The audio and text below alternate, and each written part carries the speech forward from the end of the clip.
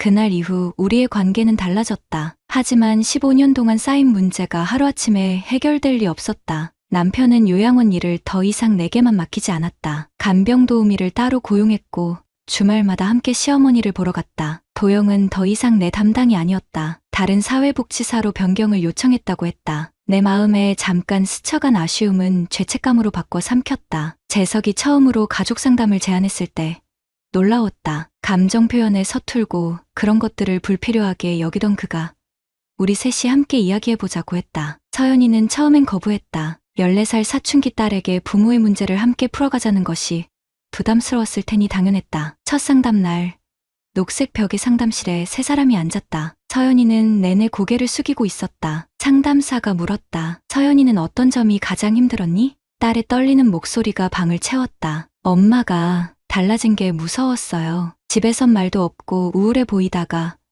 요양원 가는 날만 화장하고 예쁘게 꾸미고 아빠가 혼자 울고 있는 것도 봤어요. 우리 가족이 깨질까 봐 걱정됐어요. 가슴이 찢어지는 듯했다. 내 딸이 우리 부부의 문제를 끌어안고 있었다니. 남편도 고개를 떨구었다. 그 순간 우리 모두가 깨달았다. 이건 단순히 나와 재석의 문제가 아니라 우리 가족 전체의 문제였다는 것을. 상담은 일주일에 한 번씩 2달간 계속되었다. 처음엔 어색했지만 점점 솔직한 대화가 오갔다. 내가 얼마나 외로웠는지, 아이와 남편이 얼마나 나를 필요로 했는지, 그리고 서로에게 바라는 것들. 상담사는 시어머니 간병으로 인한 번아웃 소진이 우리 가족 균열의 한 원인이라고 짚었다. 감정적 외도는 그 균열에서 파생된 증상이었던 것이다. 부부는 서로의 신호를 놓치기 쉽습니다. 특히 오랜 세월 함께하다 보면요. 상담사의 말이 가슴에 와닿았다. 남편은 경제적 책임을 다하는 것으로 가족 사랑을 표현한다 생각했고 나는 인정과 공감이 필요했다. 서로 다른 언어로 사랑을 말하고 있었던 것이다. 경제적인 문제도 솔직히 논의했다. 요양원 비용과 간병인 고용으로 가게가 빠듯해졌지만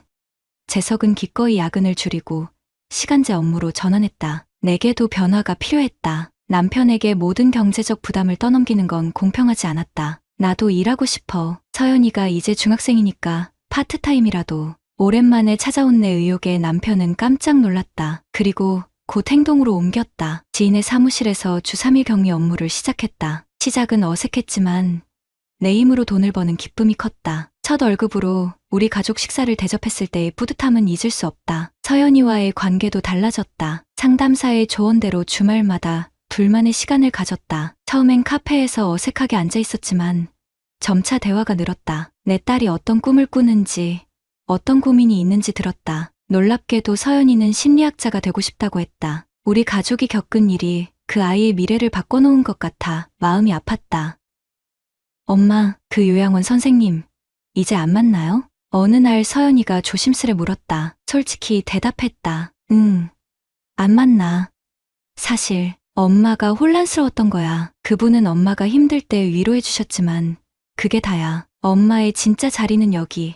너희 곁이니까. 서연이의 표정이 밝아졌다. 그 순간 깨달았다. 내가 얼마나 소중한 것들을 놓칠 뻔했는지. 요양원 방문도 달라졌다. 이제 온 가족이 함께 간다. 시어머니도 손자를 보며 더 활기를 찾았다. 간병 도우미 덕분에 전적으로 내가 돌볼 필요도 없어졌다. 도영을 마주치는 일도 있었지만 그저 의례적인 인사만 나눴다. 그가 내게 건넨 위로는 소중했지만 그건 잠시 스쳐간 바람 같은 것이었다. 남편과 나는 매주 토요일 아침 함께 걷는 시간을 만들었다. 처음엔 어색했지만 걸으며 나누는 대화가 우리를 연결해 주었다. 한 걸음 한 걸음 내딛는 동안 서로의 이야기를 들었다. 그의 어린 시절, 내 청춘의 꿈들, 앞으로 우리가 함께 하고 싶은 것들까지. 말수 적은 남편이지만 걸을 때만큼은 평소보다 많은 이야기를 했다. 내가 잘 표현을 못해서 늘 미안했어. 어느 산책길에서 그가 갑자기 말했다. 그의 솔직한 고백에 눈시울이 뜨거워졌다. 완벽하지 않아도 괜찮았다. 우리는 서로의 부족함을 이해하며 함께 걸어가고 있었다. 6개월이 흐른 어느 날 시어머니가 편찮으셔서 응급실에 갔다. 밤새 남편과 병원 의자에 앉아있으며 우리는 손을 꼭 잡았다. 이제 서로의 손을 놓지 않게 되었다. 어려운 순간에 함께한다는 것의 의미를 알게 된 것이다. 괜찮아? 남편이 물었다. 예전 같았으면 당연히 괜찮아라고 거짓말했을 테지만 이제는 솔직히 대답할 수 있었다. 조금 힘들어. 하지만 당신이 곁에 있어 다행이야. 지금 우리 결혼 생활이 완벽하다고 말할 수는 없다. 여전히 다투기도 하고 서로를 이해하지 못하는 순간도 있다. 시어머니 간병이 쉬워진 것도 아니다. 하지만 이제 우리는 함께 문제를 맞닥뜨린다. 더 이상 나 혼자가 아니다. 얼마 전 우연히 도영을 마주쳤다. 그가 다른 병원으로 이직한다고 했다. 잠시 침묵이 흘렀고 그가 물었다. 행복하세요? 대답 대신 미소를 지었다. 감사함과 미안함이 담긴 미소였다. 그는 알아챈 듯했다. 가을의 마지막 날, 우리 가족은 함께 공원을 거닐었다. 남편이 내 손을 자연스럽게 잡았다. 예전에는 상상도 못했던 일이다. 서연이는 앞서 걸으며 자기 또래들처럼 휴대폰을 보며 킥킥거렸다. 소연아. 남편이 내 이름을 불렀다. 그의 목소리엔 따뜻함이 담겨 있었다. 앞으로도 내가 놓치는 게 있으면 말해줘. 내 마음을 알고 싶어. 그 순간 깨달았다. 내 손을 잡아준 건 도영이었지만 놓지 않은 건 남편이었다. 그리고 그 손을 계속 잡고 싶은 건 나였다. 결혼 생활은 한 번의 실수로 무너지는 게 아니라 매일의 노력으로 다시 세워지는 것이었다. 인생의 길에는 많은 균열이 있다. 그 틈으로 다른 무언가가 들어올 수도 있다. 하지만 중요한 건 그 균열을 어떻게 메우냐는 것이다. 우리 부부는 그 균열을 통해 서로를 다시 보게 되었다. 금이 간 도자기를 금으로 메우는 금긋기처럼 우리의 상처는 새로운 이해와 사랑으로 채워지고 있었다. 완벽하진 않지만 우리는 함께 걷고 있다. 그것으로 충분하다. 회사 중역들과 진행한 저녁 미팅이 끝난 밤이었다. 한국 시간으로 저녁 9시, 미국 바이오와의 화상회의를 마치고 사무실을 나섰다. 몸은 피곤했지만 텅 빈 집에 들어가고 싶지 않았다. 정인에게 전화를 걸었다. 오늘은 일찍 들어갈 수 있을 것 같아. 같이 저녁 먹을래? 늘 하던 제안이었다. 정인의 대답은 정확히 예상했던 그대로였다. 미안해. 오늘 중요한 프레젠테이션 준비 중이라 야근해야 해. 그녀의 목소리에서 미안함보다는 서두르는 기색이 느껴졌다. 배경에서 희미하게 웃음소리가 들렸다. 누군가와 함께 있는 듯했다. 누구 있어? 잠시 정적이 흘렀다. 아, 하준 인턴이 도와주고 있어. 신입이라 열심히 하네. 통화를 끊고 집으로 향하는 발걸음이 무거웠다. 몇 주 전부터 정인의 입에서 하준 인턴이란 이름이 자주 들렸다. 처음엔 단순히 일 잘하는 신입 정도로 생각했지만 정인의 말투가 그 이름을 언급할 때마다 살짝 높아지는 것을 눈치챘다. 퇴근 후 택시를 타고 집으로 가는 길, 충동적인 결정을 내렸다. 기사님에게 정인의 회사 주소를 말했다. 아내를 위한 깜짝 방문이라고 스스로를 속였다. 실제론 무언가 확인하고 싶은 마음이었을까. 정인의 회사 앞에 도착했을 때는 이미 10시가 넘었다. 빌딩 대부분의 불은 꺼져 있었다. 광고대 행사가 있는 층에도 몇몇 불빛만 남아 있었다. 카페에 앉아 잠시 기다렸다. 정인에게 거의 다 끝났어? 라는 문자를 보냈다. 15분 후 답장이 왔다. 아직 좀 남았어. 너무 늦을 것 같으니 먼저 자. 창밖을 보던 그 순간 건물 출입구에서 정인이 나오는 모습이 보였다. 그녀 옆에는 젊은 남자가 있었다. 날씬한 체형에 키가 크고 멋스러운 안경을 쓴 청년. 그들은 거리를 두고 걸었지만 대화하는 모습이 어딘가 친밀해 보였다. 심장이 빠르게 뛰었다. 내 아내와 그 남자는 회사 건물에서 멀어지더니 근처 일식집으로 들어갔다. 정인이 방금 보낸 문자는 거짓이었다. 따라가려다 멈췄다. 정말 업무 논의일 수도 있다는 생각이 들었다. 그것만으로 의심하는 것은 아내에 대한 예의가 아니었다. 집으로 돌아왔을 때 침묵의 공간에 혼자 앉아 생각에 잠겼다. 정인과 나 사이에 언제부터 이런 거짓말이 시작된 걸까? 아니, 어쩌면 내 과민 반응일지도 모른다. 새벽 1시, 현관문 열리는 소리에 잠에서 깼다. 정인이 조용히 들어왔다. 살며시 눈을 떠보니 그녀는 화장실로 직행해 샤워를 시작했다. 평소와 다른 행동이었다. 그녀는 늘 피곤하다며 아침에 샤워하곤 했다. 다음 날부터 정인의 행동 패턴이 미묘하게 달라졌다. 향수를 바꿨고 출근할 때 더 신경 써서 옷을 고르기 시작했다. 스마트폰은 항상 손에 쥐고 다녔으며 알림음에 예민하게 반응했다. 주말마다 튀어나오는 긴급 업무 핑계, 그리고 늦은 밤 귀가할 때마다 샤워부터 하는 습관. 어느 날 저녁 우연히 정인의 회사 동료를 만났다. 미연이었다. 대학 시절부터 알던 정인의 친구로 같은 팀에서 일하고 있었다. 세진 씨, 정인이 요즘 열심인가 봐요. 요새 프로젝트 때문에 야근 많죠? 무의식적으로 흘러나온 내 질문에 미연의 표정이 미묘하게 변했다. 야근이요? 정인이가 요즘 일찍 퇴근하는 날이 많아서. 아, 혹시 다른 팀 업무를 도와주나 보네요. 그녀의 말이 끝나기도 전에 내 가슴속에서 무언가 무너져 내리는 소리가 들렸다. 설마 정인이 거짓말을 하고 있다는 건가? 다음 주 화요일 정인은 또 야근이라며 늦는다고 했다. 전날 그녀의 화장대에서 우연히 발견한 호텔 성냥갑이 떠올랐다. 예전에 없던 것이었다. 대한민국 남자 대부분이 그렇듯 난 구글맵으로 그녀의 위치를 확인할 수 있었다. 정인의 회사 근처가 아니라 강남의 한 골목에 위치해 있었다. 그 밤 나는 옷장 깊숙이 넣어둔 검은색 후드티를 꺼내 입었다. 정인을 미행하려는 내 모습이 낯설고 비참했다. 하지만 그보다 더한 것은 내 의심이 사실일지도 모른다는 두려움이었다. 그리고 새벽 2시 정인이 돌아왔을 때 난 잠든 척했다. 그녀의 가방에서 흘러나온 영수증을 몰래 확인했다. 모텔 체크인 1845. 그 순간 내 세계는 산산조각 났다. 내 아내는 모텔에서 4시간 이상을 보냈고 그곳에서 누구와 있었는지 질문할 필요도 없었다. 가슴이 찢어지는 고통 속에서 나는 이 모든 의심을 확인할 결정적 증거를 찾기로 마음먹었다. 정인의 비밀번호는 항상 우리 결혼기념일이었다. 이제 확인이 필요했다. 그 진실이 내 인생을 완전히 바꿔놓을 것임을 알면서도 그날 아침 정인은 갑작스럽게 외근이 생겼다며 서둘러 집을 나섰다. 평소보다 일찍 나가는 그녀의 행동이 의심스러웠지만 차마 묻지 못했다. 질문 대신 고개만 끄덕였다. 아내가 현관문을 나서는 순간 그녀가 평소 쓰는 노트북이 눈에 들어왔다. 거실 테이블 위에 덩그러니 놓여 있었다. 심장이 미친 듯이 뛰기 시작했다. 손이 떨렸다. 12년 결혼 생활 동안 한 번도 아내의 사생활을 침해한 적 없었다. 하지만 그 순간 나는 알아야만 했다. 노트북을 열자 아무 입력창이 나타났다. 1008 우리 결혼기념일. 정인은 늘 중요한 비밀번호를 이 날짜로 해놓았다. 비밀번호가 맞았다. 그녀의 세계로 들어가는 문이 열렸다. 카카오톡을 열었다. 화면 상단에 최근 대화 목록이 보였다. 강하준 인턴. 불과 10분 전에 나눈 대화였다. 하준 오늘도 기대할게요. 집에서 나오셨어요? 정인 응. 방금. 조금만 기다려. 하준 어제 차장님 냄새가 아직도 남아있어요. 샤워했는데도. 정인 나도. 너무 보고 싶어서 견디기 힘들었어. 한 줄 읽을 때마다 숨이 막혔다. 가슴이 바늘로 찔리는 듯했다. 크롤을 내리자 더 많은 메시지들이 나타났다. 두 사람의 대화는 2달 전부터 시작되었다. 처음에는 업무 대화였다. 점차 사적인 내용으로 변해갔다. 차장님은 남편분이랑 사이가 어떠세요?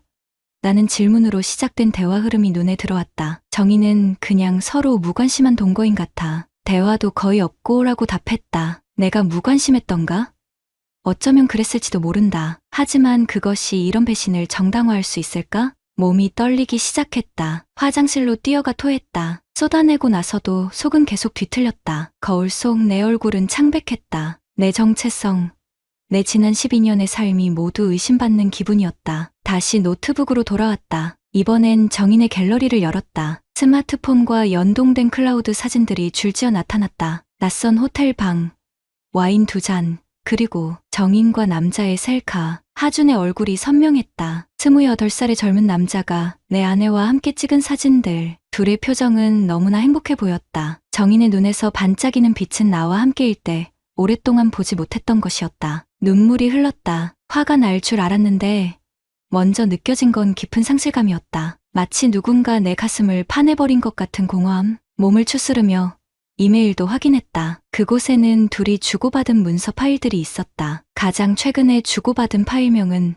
호텔 예약 확인서 페이스였다. 파일을 열자 이번 주말 제주도 호텔 예약 내역이 나왔다. 정인이 말했던 여성 리더십 워크숍은 거짓이었다. 이어서 정인의 인터넷 브라우저 기록을 확인했다. 연하와의 관계, 불륜이 주는 짜릿함, 결혼생활 권태기 극복법. 그녀가 검색한 키워드들이 하나둘 내 눈에 들어왔다. 마지막 검색어는 이용 과정에서 재산 분할이었다. 분노가 서서히 치밀어 올랐다. 손에 쥐고 있던 물컵을 벽에 내던졌다. 유리 파편이 사방으로 튀었다. 마치 내 인생처럼. 난 손을 떨며 증거들을 하나씩 스크린샷으로 캡처했다. 그리고 USB에 복사했다. 이어서 정인의 구글 캘린더를 열었다. 그녀는 항상 일정을 꼼꼼하게 기록하는 습관이 있었다. 최근 2달간 야근이라고 표시된 날들이 눈에 띄었다. 그 주기는 일주일에 2번, 화요일과 금요일이었다. 오늘도 금요일이었다. 정신을 차리고 생각했다. 충동적으로 행동하면 안 된다. 모든 증거를 체계적으로 수집해야 했다. 하지만 가슴속은 이미 폭풍우가 휘몰아치는 중이었다. 손이 계속 떨렸고 숨쉬기조차 힘들었다. 10분 간격으로 화장실을 들락날락하며 구토를 반복했다. 갑자기 정인의 회사 대표가 떠올랐다. 김 대표는 내가 3년 전 골프 모임에서 알게 된 인물이었다. 그는 직원들의 윤리의식을 중요시하는 사람이었고 특히 사내 연애나 불륜에 관해서는 엄격한 것으로 알려져 있었다. 분노와 배신감,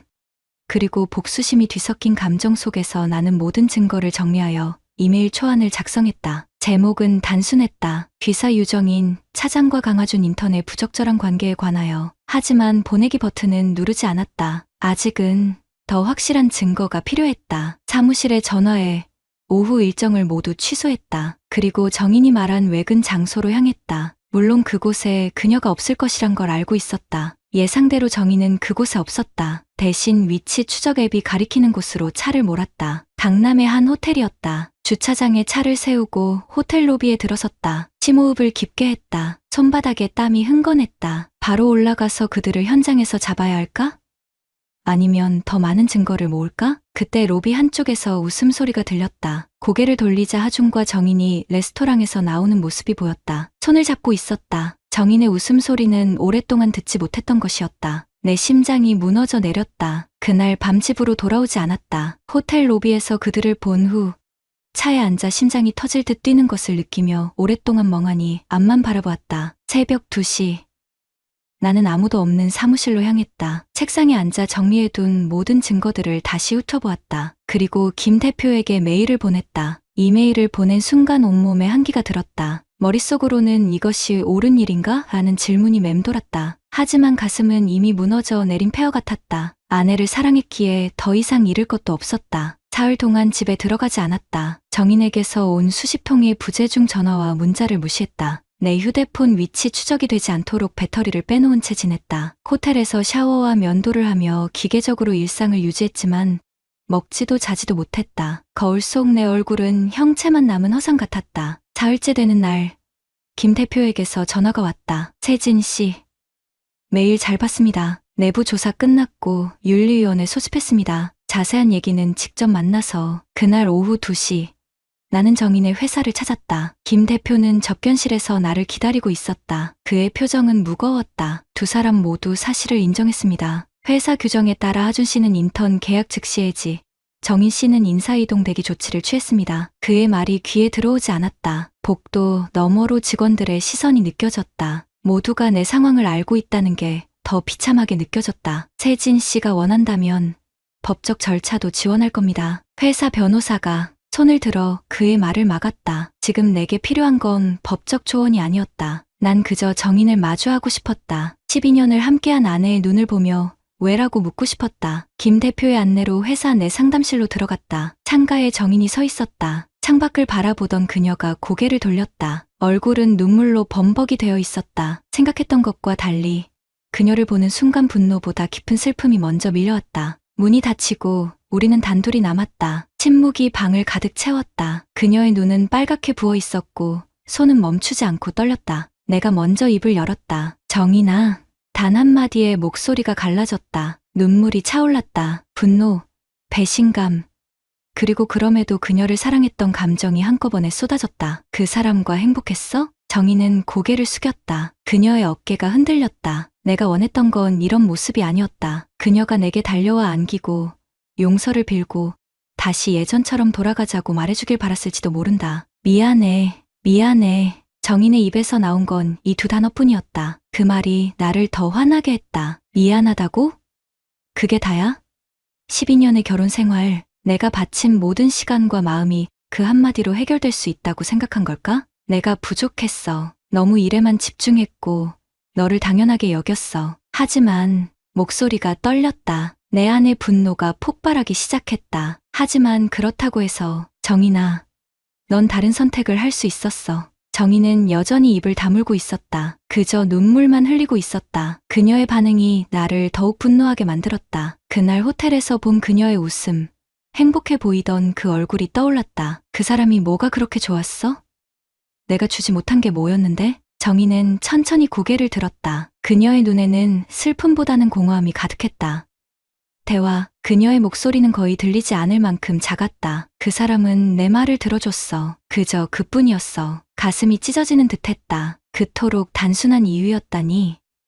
대화, 내가 얼마나 무심했는지를 깨달았다. 하지만 그것이 이러한 배신을 정당화할 수 있을까? 한숨을 내쉬며 창가로 걸어갔다. 아래층 카페 테라스에서 직원들이 담배를 피우고 있었다. 평범한 일상이 계속되고 있었다. 내 세계만 멈춘 것 같았다. 감정은 실수일 수 있어도 행동은 선택이야. 내 입에서 나온 말이 공기 중에 오래 머물렀다. 정인의 흐느낌이 멈췄다. 우리 둘 다 그 문장의 무게를 느꼈다. 이혼하자. 그 순간 정인의 눈에 공포가 스쳤다. 어쩌면 지금까지도 우리 관계가 어떻게든 회복될 수 있다고 생각했던 걸까? 아니면 내가 그저 화를 내고 용서할 것이라 기대했던 걸까? 세진아, 제발 한 번만. 고개를 저었다. 더 이상 들을 말이 없었다. 나는 문을 향해 걸어갔다. 정인이 내 팔을 잡았다. 그녀의 손길이 불에 댄 듯 뜨거웠다. 그 손을 조용히 떼어내며 말했다. 변호사를 통해 연락하자. 문을 열고 나오는 순간 복도 끝에서 하준이 보였다. 그도 인사위원회 소환을 받았던 모양이다. 우리의 눈이 마주쳤다. 그는 잠시 망설이다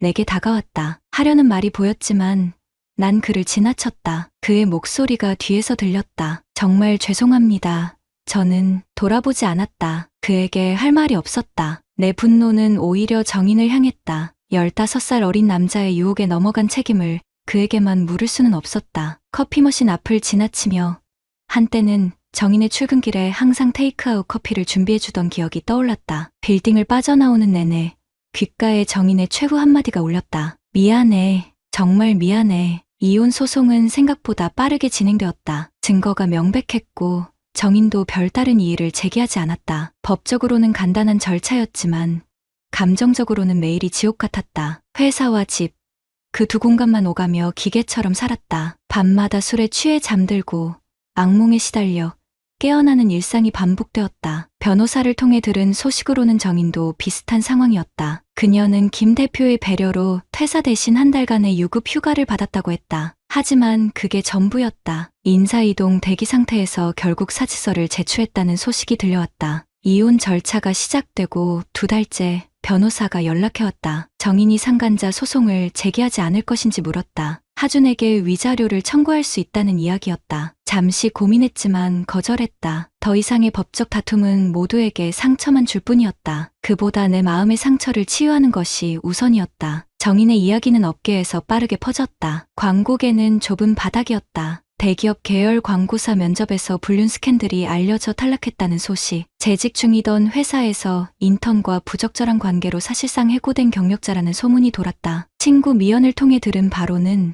정인은 이제 서울의 주요 광고사에서는 채용 자체가 불가능한 상황이 되었다고 했다. 하준은 더 심각했다. 졸업을 앞둔 그에게 이번 인턴십은 취업의 발판이었는데 중도 해지된 데다 사유가 불륜이었다. 나이는 어렸지만 그 역시 대가를 치러야 했다. 이력서에서 해당 경력을 삭제한 채 대학 졸업장만 받았다는 소식을 들었다. 15살 차이의 관계가 그에게도 지울 수 없는 상처를 남겼을 것이다. 법원의 이혼 판결이 내려진 날 비가 내렸다. 재판정을 나서는데 정인이 기다리고 있었다. 예전의 화려함은 온데간데 없이 사라진 모습이었다. 그녀는 내게 종이봉투를 건넸다. 결혼반지와 함께 손편지가 들어있었다. 그 자리에서 잊지 않고 집에 돌아와 뜯었다. 세진에게 내가 무슨 말을 해도 위로가 되진 않겠지만 진심으로 미안하다는 말을 하고 싶었어. 대화가 필요했던 건 사실이지만 그것이 내 행동을 정당화할 순 없어. 널 배신한 건 내 선택이었고